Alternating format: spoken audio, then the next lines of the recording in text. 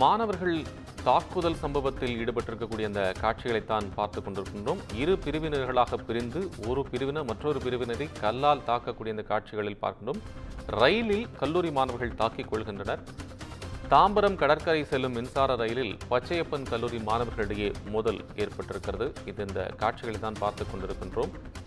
கற்களை கொண்டு ஒரு குழுவினர் மற்றொரு குழுவினரை தாக்கக்கூடிய காட்சிகளையும் பார்க்கின்றோம். கற்களால் தாக்கியதில் மின்சார ரயிலின் கண்ணாடி ஜன்னல்கள் உடைந்து பயணிகளுக்கும் காயம் ஏற்பட்டிருப்பதாக அறிய முடிகிறது.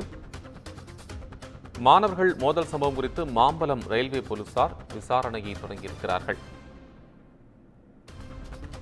அவ்வப்போது நிகழும் இதுபோன்ற சம்பவங்கள் மிக பெரும் ஒரு பரபரப்பை ஏற்படுத்தி வருகிறதை பார்க்கின்றோம். பயணிகளுக்கு இடையூறாகவும் தொந்தரவாகவும் இருந்து வரக்கூடிய இதுபோன்ற சம்பவங்களை ரயில்வே காவல்துறையினர் கட்டுக்குள் வைக்க வேண்டும் என்ற கோரிக்கையும் அதே சமயம் எழுகின்றது.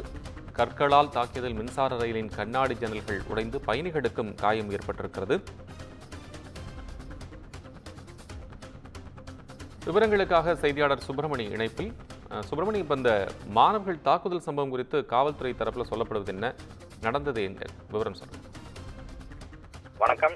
தாம்பரத்தில் இருந்து கடற்கரை நோக்கி செல்லக்கூடிய மின்சார ரயில் இன்று மதியம் சைதாப்பேட்டை ரயில் நிலையத்திற்கு வந்தது. அப்போது இரண்டு கல்லூரி மாணவர்கள், அதாவது பச்சையப்ப கல்லூரி மாணவர்கள் இரு தரப்பாக பிரிந்து ஒருவரை ஒருவர் கற்களால் வீசிக்கொண்டு தாக்கிக் கொண்டனர். இதனால் பரபரப்பு ஏற்பட்டது.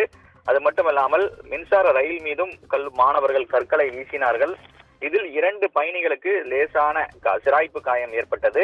தகவல் அறிந்து மாம்பலம் ரயில்வே போலீசார் சம்பவ இடத்திற்கு விரைந்து வந்தனர். ஆனால் மாணவர்கள் அனைவரும் தப்பி ஓடிவிட்டனர். இது சம்பந்தமான சிசிடிவி காட்சிகளை ஆய்வு செய்து வருகின்றனர் போலீசார். அது மட்டுமல்லாமல் ஏற்கனவே இதே போல சைதாப்பேட்டை ரயில் நிலையத்தில் மாணவர்களுடைய மோதல் சம்பவம் நிகழ்ந்திருக்கிறது. எனவே என்ன காரணத்திற்காக மாணவர்கள் மோதிக்கொண்டார்கள் என்ற கோணங்களில் விசாரணை நடத்தி வருவதாக காவல்துறை தரப்பில் தெரிவிக்கப்பட்டிருக்கிறது. அது மட்டுமல்லாமல் ரூட்டு தள பிரச்சனை காரணமாக இந்த தாக்குதல் சம்பவம் நிகழ்ந்திருக்கலாம் என சந்தேகம் எழுந்திருக்கிறது. அது தொடர்பாகவும் விசாரணை மேற்கொள்ளப்பட்டு வருவதாக காவல்துறை தரப்பில் சொல்லப்படுகிறது.